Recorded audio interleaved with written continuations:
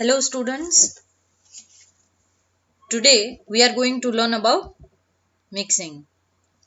Now, before we start further, you need to know that mixing is your third chapter, second unit, right? And this is my first video presentation. So, remember this one so that you can follow the next video slides. So, what are we going to cover today? Topics that will be covered are objectives, application of mixing, then difference between solid and liquid mixing, mechanism of solid mixing. Right? This will be the three major topics that will be covered in this video slides. Now, first of all, as you know, I always tell that before we start any further, you need to know what actual mixing is. So, this is the definition: a process resulting in randomization of dissimilar particles. You have to remember this definition. This is very easy and simple. What do you mean by dissimilar particles? Particles that are not similar. And you try to randomize it, right?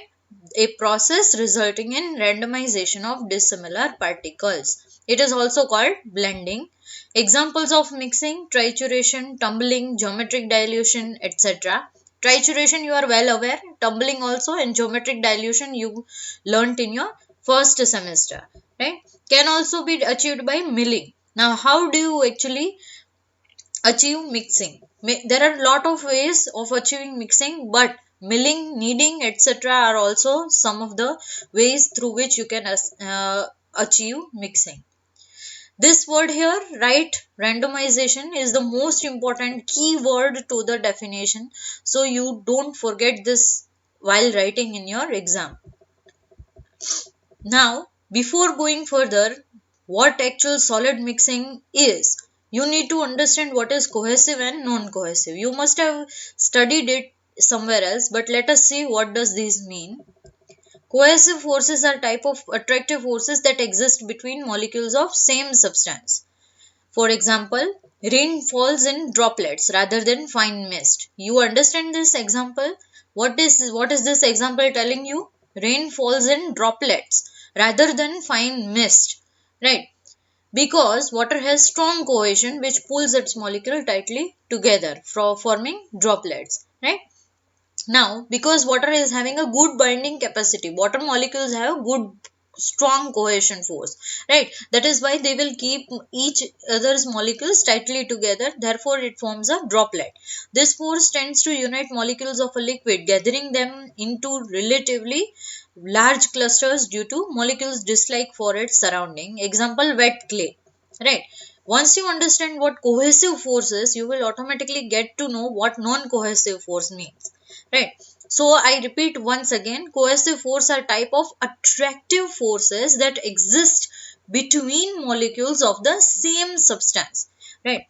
And this, for non-cohesive, dry sand, grains, etc. Now you can picturize in your mind how cohesive forces and non-cohesive forces work, right? But here you see molecules of same substance is the key word, right? So cohesive forces are a type of attractive force that exist between the molecules of same substance, right? Now, objectives and application. First is to decrease in batch cycle times and also cost. How many batches if you are going to perform, then it decreases the batch cycle times, and also it is beneficial cost wise. Then to increase dissolution and diffusion rate, right? Mixing is the intermediate step in production of tablet and capsule. Mixing of powder in different proportion prior to granulation or tableting. Fourth is dry mixing. Then fifth is blending of powder. Sixth is in case of potent drug where the dose is low, mixing is critical factor. Now you need to understand what it says, objective and application. Why? It answers to your question, why do we do mixing? So that it decreases the batch cycle and cost effective, dissolution and diffusion rate are increased. Then it is also an intermediate step in the production of tablet and capsule. Mixing of powder in different proportion prior to granulation. You will learn this when you go through the tablet and capsule, right? Dry mixing, it is very efficient. It can be applied in dry mixing. Blending of powders, easily powder blend can be mixed. In case of potent drugs, I have taught you already what potent drug is. Mixing is a critical factor there. Now, difference between solid and liquid mixing. This is also available in your book. You can refer there. Liquid mixing and solid mixing difference. In liquid mixing, flow currents are responsible because the liquid is moving, so it will easily generate flow current, right? So flow current are responsible for transporting unmixed material. In solid mixing, there are no flow current, right? There it is not at all possible. That's why there will be absent. In liquid mixing, homogeneous liquid phase. You can see homogeneous, right? While in solid mixing, you can easily identify that there are more than two or more than three phases available, right? In liquid mixing, small sample size is required to study the degree of mixing, while in solid mixing, large sample size is required. In liquid, it is always like that way. You have to take a small sample size, which will be enough, more than enough to study the degree of mixing, whereas in solid you require always large sample size. In liquid mixing, mixing requires very low power, while in solid mixing, what it requires a high power, right? Mechanism of solid mixing. Now, let's see. Mechanism of solid mixing have total 3 steps. Connective mixing. What do you mean by connective mixing? Achieved by inversion of powder bed using blades, pedals, or screws. And it is also known as what? Macro mixing. Now see, achieved by inversion of powder bed using blades and uh, paddles or screw. You can easily mix those. Now, this is also known as macro mixing. The reason behind it is nothing but a large mass of material moves from one part to the another, right? Because you are using blades, pedals, or screw. That is why it is known as what? Connective mixing or macro mixing. Next, shear mixing. Shear mixing. The word itself, shear, tells you the answer. What is this? Force of attraction. In this step, force of attraction are broken down so that each particle moves on its own between region of different composition and parallel to their surfaces. Right. Now see, in this shear mixing, force of attraction is responsible. Shear itself indicates force so that you don't forget the word meaning. Right. Using the force, mixing occurs. And last, diffusive mixing. It involves random motion of particles.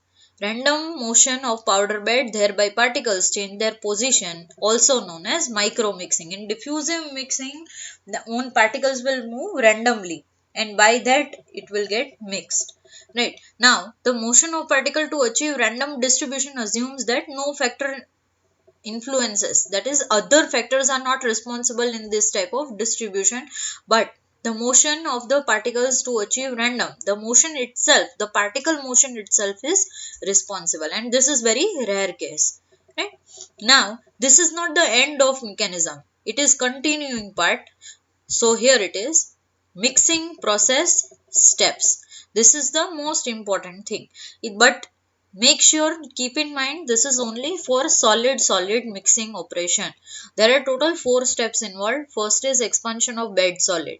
Right? These are very easy to understand. So you will not find any difficulty here. Second, application of 3D shear forces to powder bed. Third is mix along long enough to permit the randomization of particles. And fourth and last is maintain randomization, no segregation after mixing. Now let me explain. Expansion of bed of solid. What do you mean by expansion of bed of solid? Is nothing but if you are given any powder material, then you will first expand that, right, as a bed. You will spread that. Then second, application of 3D shear force. Now when you are given a powder bed, you will expand and then you will apply force. Why you need to apply force? So that particles start to move, particles start to attract each other, right? Mix long enough to permit the randomization of the particle, and this way what will happen, mixing will start and you have to mix long enough so that you see that randomization is achieved. Then fourth, maintain randomization. Achieving is a different thing and maintaining is a different thing. Maintain randomization so that no segregation after mixing occurs. Now you can see here, this is a equation, right? Now what you will be wondering what this equation is. Now see, mixing is expected to produce random distribution of particle. It depends on the probability that an event happens in a given time. The law of mixing appears to follow the first order, which means it depends only on reaction concentrate, right? Now see, m is degree of mixing after time, right? Then t is time in minutes, a and k are constant. Now see, these constant A and K depend on mixture geometry, number one. Number two, physical characteristic of the powder, number two. Then number three is proportion of material being mixed. The three are the most important on which they depend. Now see, practically you have to explain this thing. How that mixing initially, what do you mean by when you are starting mixing, the mixing will be very rapid. But as you go on mixing, the at later stage the rate decreases. Since the rate of the process is first order, perfect mixing is not attainable. That is, it takes infinite time. As I said, it depends only on reaction concentration, right? So perfect mixing will not be achieved. It takes a numerous time. The best mixing time, don't forget this, what I'm saying. The best mixing time is 30 to 35 minutes. Within 30 to 35 minutes, you will get your mixing perfect, right? Once the desired mixture has been achieved, the process should be stopped. But once mixing is stopped, the blend should exist in static equilibrium. If it is not in stable form, once you have completed your mixing, you have stopped the instrument, right? Then if your material is not being stable, then what's the use of mixing, right? Subsequent handling of mixture should be so as not to disturb the static equilibrium. So ultimately your goal is to number four, that is maintain randomization, right? So this was all for today. Thank you, and will continue in my next video. Stay tuned for 3.2.2. Don't forget these digits. These digits will help you to stay continue to my lectures, and you need to subscribe my channel so that you get notifications as soon as I upload the next chapter. Okay, next presentation.